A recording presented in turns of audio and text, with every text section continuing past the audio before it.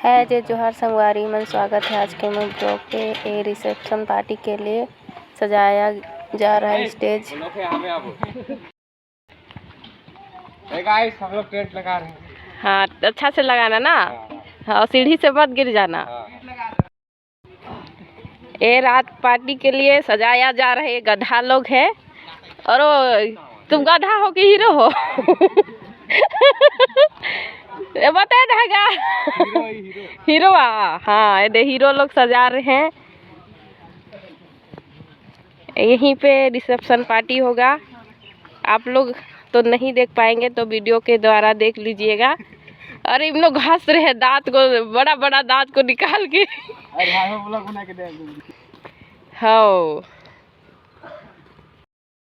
तो दोस्तों यहाँ पे चुमान बंदान जो है वो सब होगा। यहाँ पे स्टेज में लाया जाता है, जो कि यहाँ से हम लोग के भाषा में चुमान बंदान बोलते हैं। तो सब होगा यहाँ पे, तो बने रहे हम लोग पे। यहाँ पे पूरा फ़ोटोशूट वगैरह जितने भी लोग आएंगे यहाँ पे, जो भी सब मामा लोग हैं मेरे, और चाचा है और चाची न्यू चाची, जो भी आ रहे हैं सबकी फ़ोटो खिंचा रहे हैं। तो यहाँ पे मम्मी चाची लोग हैं सब कोई। देखिए ढेर लोग हैं जो चाची के साथ आए हुए हैं। इन लोग भी फ़ोटोशूट के लिए जा रहे हैं। देखिए मेरा भाई पता नहीं किस बात पे गुस्सा है, एकदम बात ही नहीं कर रहा था। बात करके देख रही थी तो भी बात ही नहीं कर रहा था, पता नहीं क्यों गुस्सा था। तो यहीं से आप सभी बने रहे हमारे ब्लॉग पे। मेरी छोटी वाली सिस्टर है, तो बने रहे ब्लॉग पे। यहाँ पे चाचा के स्टाफ लोग हैं जो कि आए हुए हैं। देखिए उन लोग भी बधाई देने के लिए आए हैं। तो सभी लोग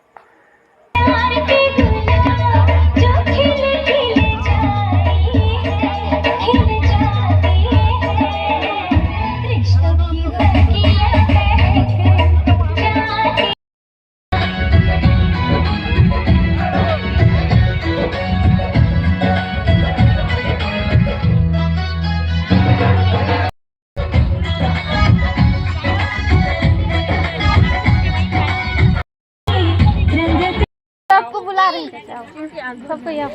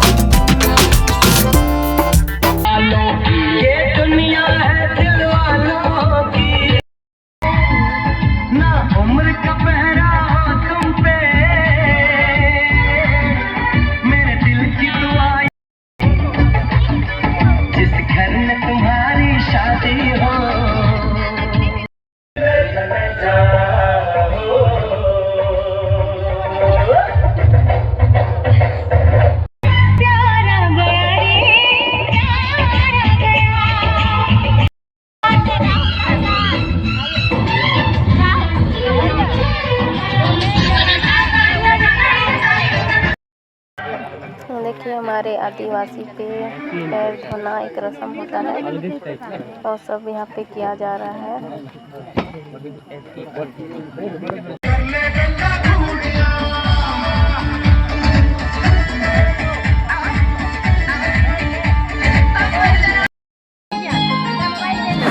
गांव वाले से भी कोई बधाई देने के लिए आए हैं। इसको चुमायन बोलते हैं।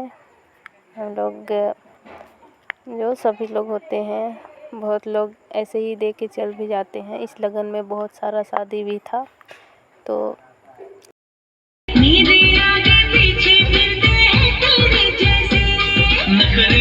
देखिए ये भाई लोग हैं, सबको ये फ़ोटो खिंचाने के लिए आए हुए थे।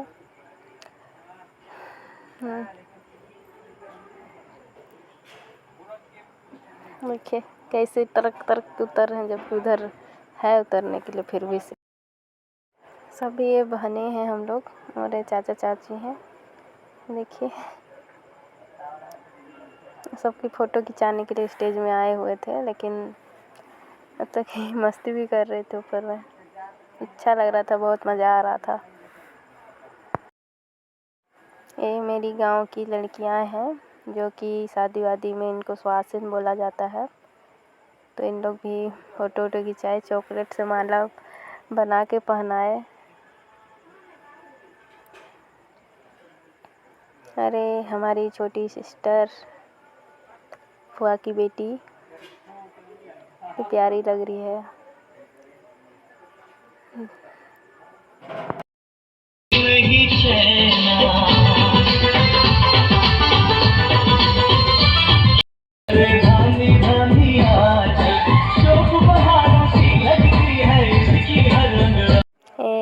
दादी और मम्मी है स्टेज पे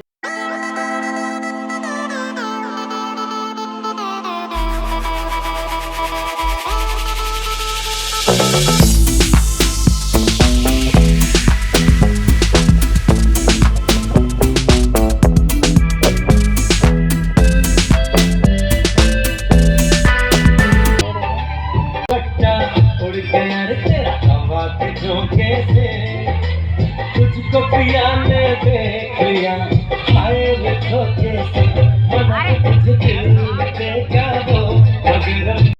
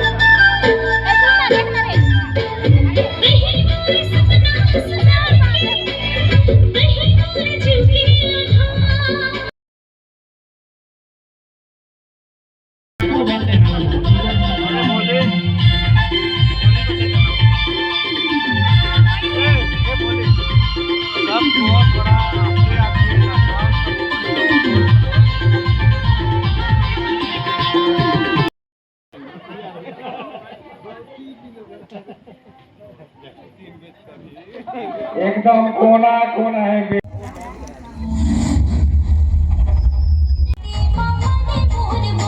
तो गाइस यहाँ से रिसेप्शन पार्टी जो होता है, फोटोग्राफी दूल्हा दुल्हन का के साथ चुमान बना जो भी था वो समाप्त हुआ।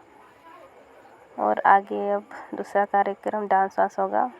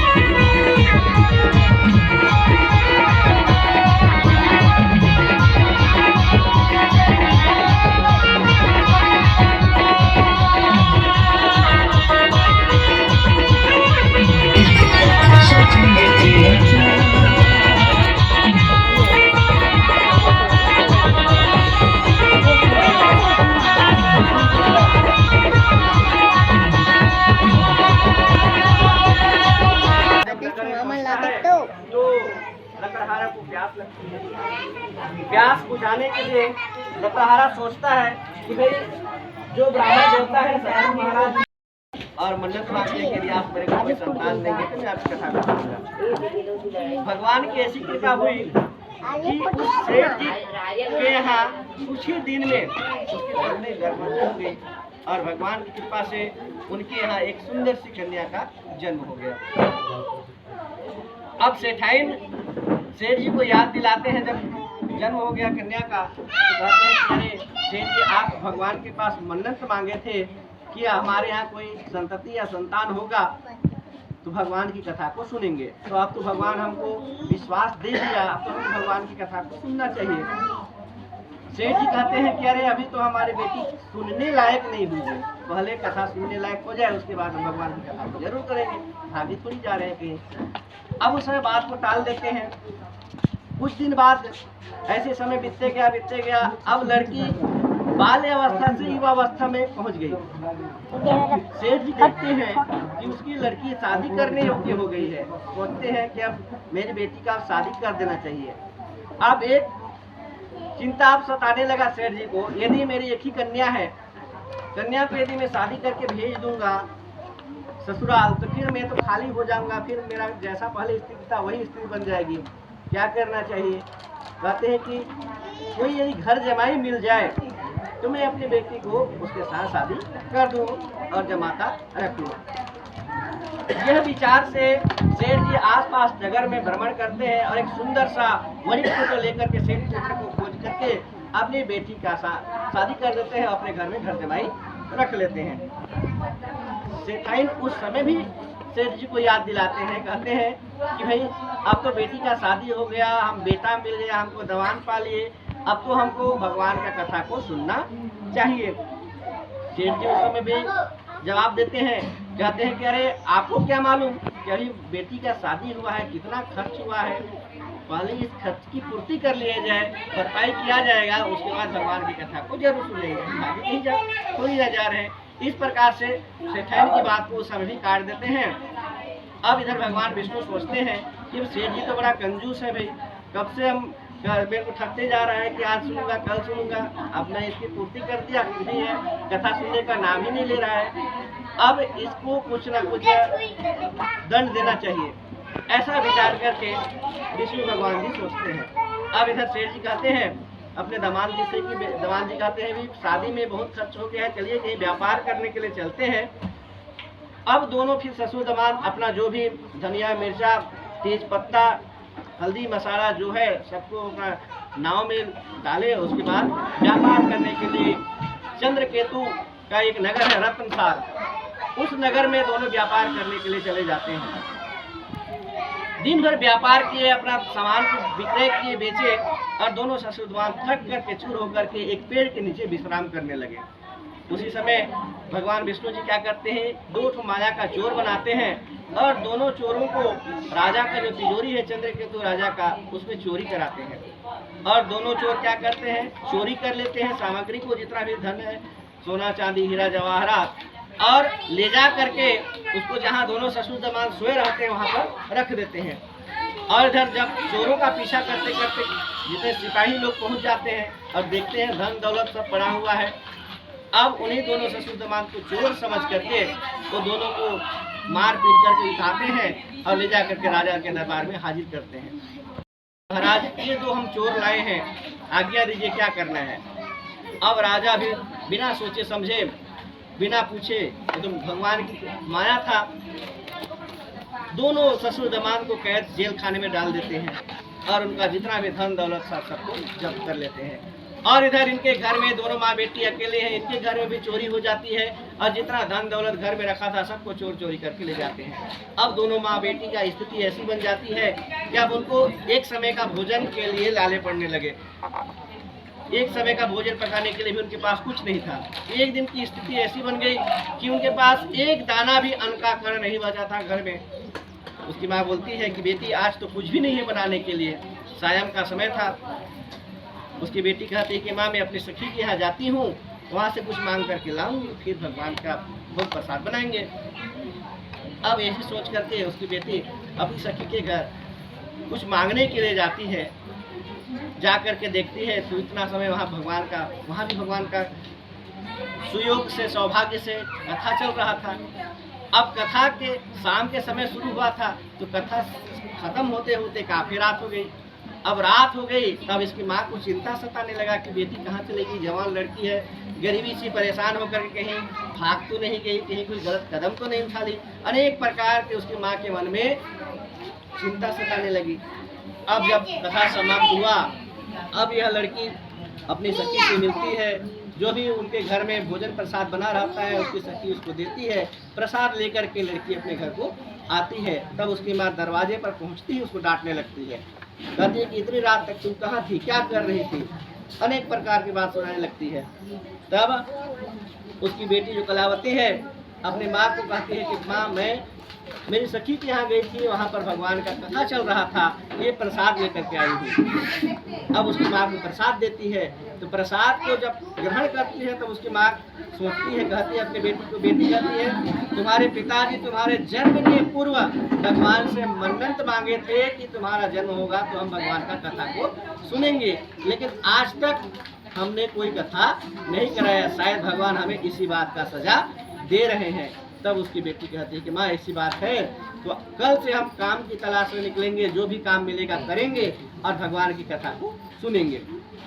अब दोनों माँ बेटी दोनों सुबह तैयार होकर के काम पे निकल जाते हैं। भगवान की कृपा से उनको काम भी मिल जाता है और दोनों खुशी खुशी घर आते हैं। अगले दिन भगवान का पूजन का फल सामग्री लेकर के आते हैं और भगवान की पूजा कथा करते हैं और भगवान से प्रार्थना करते हैं कि भगवान हमारे पतियों से जो भी गलती हुई है उस गलती को आप क्षमा करें और उन दोनों को आप शीघ्र से शीघ्र को वापस भेजें। ऐसे करके बार बार करुण उपकार करते हैं, बारंबार भगवान से विनती करते हैं। भगवान भी उनकी विनती को स्वीकार करते हैं और राजा चंद्रकेतु को रात को सपना देते हैं, कहते हैं कि हे राजन तुम्हारे कैद में जो बंदी हैं उनको सुबह होते ही छोड़ दो, अन्यथा मैं तुम्हारे पूरे राज्य का विनाश कर दूंगा। राजा भी सुबह उठ करके अपने मंत्रियों से विचार सलाह करते हैं। अब सभी लोग सलाह देते हैं कि उनको छोड़ देना चाहिए और फिर दोनों ससुर दमाद को राजन कैद से रिहा करते हैं और बहुत सारा धन दौलत दे करके उनको विदा करते हैं। दोनों ससुर दमाद बहुत खुश हो जाते हैं। उसके ससुर जी कहते हैं सेठ जी की राजा पागल हो गए हैं, कहते हैं कि इतना सारा धन देकर उनको विदा कर रहे हैं, उनको क्या मालूम उधर क्या हो रहा है। अब दोनों ससुर दमाद फिर खुशी खुशी अपना जितना भी सोना चांदी था सबको नाव में डालते हैं और चलने की तैयारी करते हैं। अब जब चलने की तैयारी कर रहे हैं तो भगवान सोचते हैं कि रुको देखा जाए कि भाई दोनों ससुर दमाद जेल में इतने दिन थे तो इनको कुछ अकल आया, इनका कुछ कम हुआ कि नहीं हुआ, परीक्षा लेना चाहिए। कह के एक महात्मा का वेश धारण करके दोनों ससुर दमाद के पास महात्मा जी पहुँच जाते हैं। भगवान जी वेश धारण करके पूछते हैं, कहते हैं कि सेठ जी कहते हैं आपका नाव में बहुत सारा सामान दिख रहा है, भाई थोड़ा थोड़ा के लिए आपका नाव नहीं डूब रहा है, बताइए तो आखिर क्या है आपके नाव में। अब सेठ जी मन में विचार करते हैं यदि महात्मा जी को मैं बोलूं कि इसमें सोना चांदी हीरा जवाहरात है तो महात्मा जी कुछ ना कुछ मेरे को मांगेंगे, तो इनको नहीं बताना चाहिए। और इसी उद्देश्य से क्या बोलते हैं, अरे महाराज कहते हैं क्या रहेगा हम बनियों के नाव में, हल्दी मसाला तेज पत्ता धनिया मिर्चा यही सब तो मिला है। अब ऐसा कहते हैं तो महात्मा जी कहते हैं ठीक है जो कह रहे हो कि वही होगा, ऐसा कह के वहाँ से चले जाते हैं। अब दोनों ससुर दमाद खुशी खुशी नाव पर चढ़ते हैं, चलने लगते हैं। जब चलने लगे तो उनको आभास हुआ कि जो नाव पहले से भारी चल रहा था अब वह नाव एकदम हल्का चल रहा है। अब सेठ जी से रहा नहीं गया, अब तुरंत जा करके खोलते हैं, देखते हैं अपने बोरे को तो क्या देखते हैं किसी में जिसमें सोना चांदी था वो किसी में तेज पत्ता है तो किसी में धनिया है किसी में मिर्चा है। जो व्यक्ति बहुत सारा धन लेकर के जा रहा हो और अचानक उसका धन पूरा मिट्टी हो जाए तो उस व्यक्ति का क्या दशा होगा, सेठ वहीं पर मूर्छा जा करके गिर जाते हैं, बेहोश हो जाते हैं। अब उसके दमाद जी जैसे तैसे पानी उनी छीट करके उसको होश में लाते हैं और कहते हैं कि ससुर जी आप उस महात्मा जी को झूठ बोले, इसी कारण से आपका जो धन था वह धनिया पत्ता में धनिया मिर्चा में बदल गया। चारों बैकुंठ धाम को प्राप्त हुए। इस प्रकार से जो भी व्यक्ति भक्ति भाव के साथ भगवान की कथा को सुनता है, भगवान का कथा सुन रहे हैं तो पूरा मन भगवान में रहना चाहिए, कथा में लगना चाहिए। क्या है कि उधर की भौतिक जो चीजें हैं तो दूसरे ही संभाल लेगा, कोई दिक्कत नहीं है। क्योंकि जब तक हम यहाँ बैठे हैं तो सबको भगवान को छोड़ दो, तेरा तुझको अपना क्या लागेगा, जो करना है आपके लिए हम नहीं जानते। इस भाव से यदि हम भगवान की कथा को सुने तो निश्चित ही हमारा जो मनोकामना है अवश्य पूरा होगा। ऐसे सूत जी महाराज जी ऋषियों को बता करके सुना रहे हैं। प्रेम से बोले श्याम रामचंद्र की जय। सत्यनारायण भगवान की जय।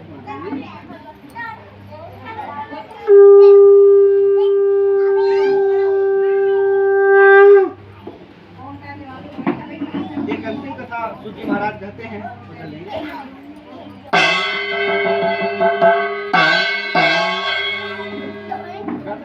कहते हैं भगवान का प्रसाद का एक राजन ने भी त्याग किया था।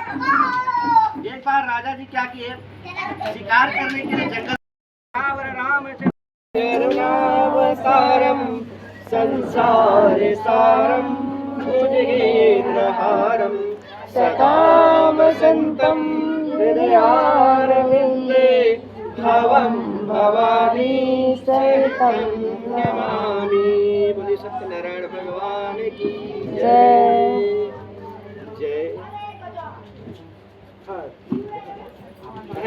स्वामी जय लक्ष्मी रमणा सत्यनारायण स्वामी सत्यनारायण